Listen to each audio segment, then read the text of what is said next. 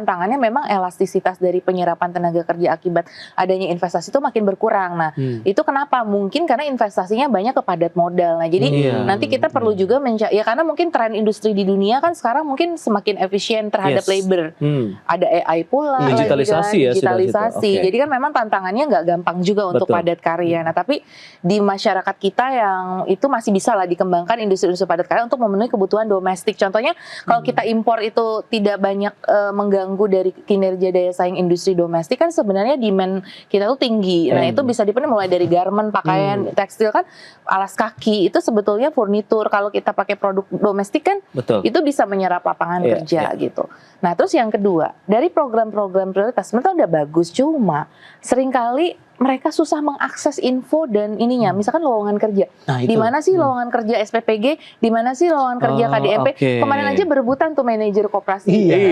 Pendamping juga ada pendamping koperasi. Nah, kadang itu informasinya kurang di-open dalam prakteknya. Nah, itu yang harus diawasi oleh pemerintah, oleh kementerian-kementerian lembaga terkait. Itu bagaimana pelaksanaannya di lapangan. Jangan sampai ada mafia-mafia. Jangan sampai ada ordal dan sebagainya. Ya semuanya, ya mungkin ada lah porsi ordal. Kita juga tahu, kalau kita punya saudara kita utamakan saudara. Tapi jangan semua, ada juga porsi. Bagaimana dengan lulusan-lulusan kita nih, sekolah-sekolah perguruan tinggi, apalagi sekolah di luar negeri ya, mereka udah keren-keren, sekolah di beasiswa oleh LPDP, tapi pas kembali ternyata lapangan kerjanya udah habis sama ordal semua. Nah, ini yang repot. Makanya sistem rekrutmen dan merit system itu harus diperbaiki agar memberikan lapangan kerja. Jadi more than beyond angka gitu loh. Angka pertumbuhan tapi cari kerjanya susah, hanya dinikmati oleh orang-orang tertentu atau kelas atas. Nah, yang menopang jadinya kelas atas aja. Jadi trickle down efeknya masih kurang. Nah, jadi kalau menurut saya sudah bagus angka makronya, tinggal trickle down efeknya dari 5,6 ini seperti apa. Nah, harus ada langkah-langkah implementatif yang sederhana saja tadi dari sisi lapangan kerja aja. Katanya sekarang banyak program, tapi kok mau cari lowongan itu sulit. Kadang nelpon ataupun apa itu hang pakai internetnya. Katanya ngelamar lewat internet, tapi kemudian nggak berfungsi. Terus call center ada tapi nggak diangkat. Nah, kayak gitu. Jadi informasi-informasi lowongan kerja harapannya lebih mudah diakses oleh generasi muda kita, terutama yang memang sedang membutuhkan lapangan kerja. Benar, itu. Ini menarik ya. Kalau misalkan sosialisasi harus kita lakukan dari awal ya. Artinya ketika semua orang bisa mendapatkan informasi lebih awal. Jadi kalau misalkan ada lowongan kerja atau mungkin satu-satu informasi kayak kemarin juga kan udah beberapa kebijakan-kebijakan pemerintah juga sangat menyasar sekali untuk sebenarnya udah lebih ke rakyat kecil. Betul. Nah, UMKM nih Bu, UMKM ini kan jelas salah satu penopang ekonomi paling terbesar di Indonesia selama dari zamannya pandemi kemarin ya. Nah, kira-kira untuk menjaga bahkan saya potong dari zaman Krismon 9798 yang bertahan itu UMKM. Nah, ini untuk menjaga mereka kan dengan kondisi saat ini harga-harga juga udah mulai menaik, bahan baku juga mulai, kan kemarin juga plastik juga mulai kenaikan harga. Nah, insentif apa yang harus diberikan kepada mereka supaya mereka bisa bertahanlah di dalam gejolak ekonomi global saat ini gitu? Ya, jadi menurut saya butuh keseriusan untuk mendorong UMKM. Sebenarnya udah banyak banget program terkait UMKM tuh.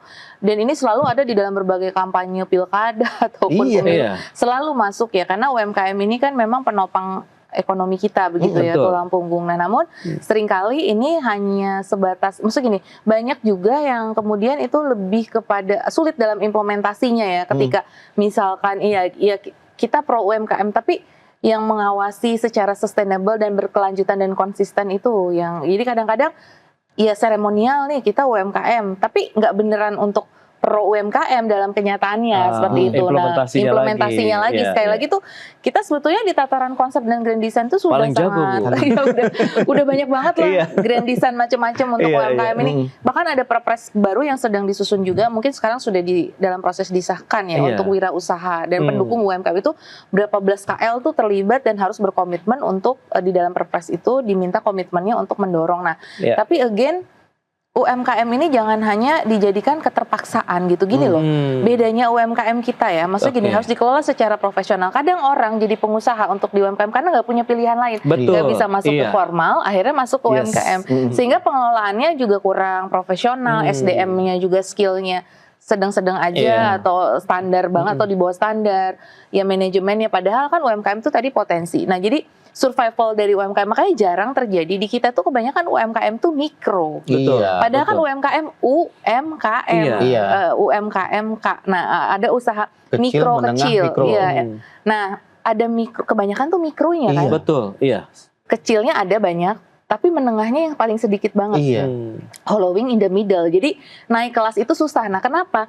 Karena kan si UMKM ini bersaing sama barang impor ya. Jadi yang pertama itu mereka berikan afirmasi jangan sampai mereka harus bersaing dengan barang impor. Itu yang pertama.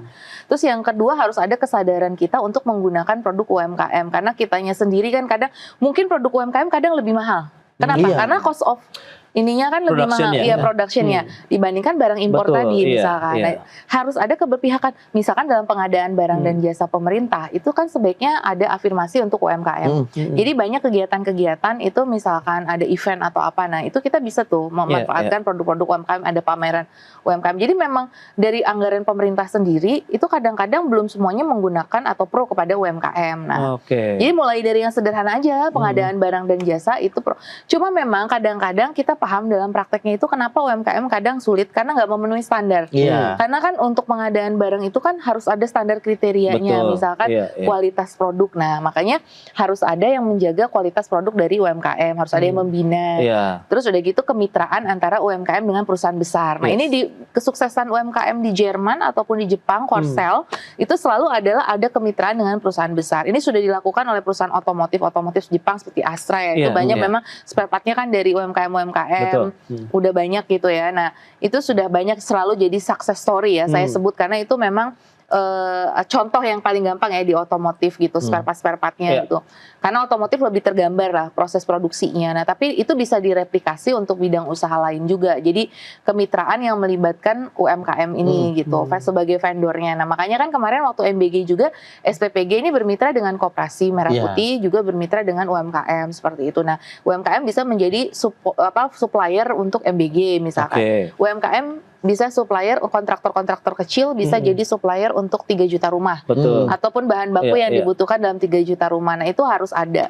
Terus kemudian yang keempat itu juga masalah datanya. Jadi yang kesulitan di UMKM ini datanya mana? Jadi kalau mau ada intervensi kebijakan, contoh waktu zaman presiden sebelumnya itu saya karena pernah terlibat langsung di situ ya, itu pernah membantu pemerintah itu waktu pandemi, karena waktu itu kan pandemi, itu mau ada bantuan UMKM, bantuan produktif usaha mikro, itu sebenarnya duitnya banyak, tapi kita bingung mau ngasih kemana ya, mana UMKM, katanya Kementerian Koperasi 64 juta. Terus mana by name by address ternyata nggak 64 juta, mungkin 10 jutaan aja, saya nggak lupa lagi ya cek berapa waktu itu, cuman ini contoh kasus aja gitu di pemerintahan lalu. Nah, harapannya di pemerintahan sekarang bisa lebih baik lagi dalam database UMKM.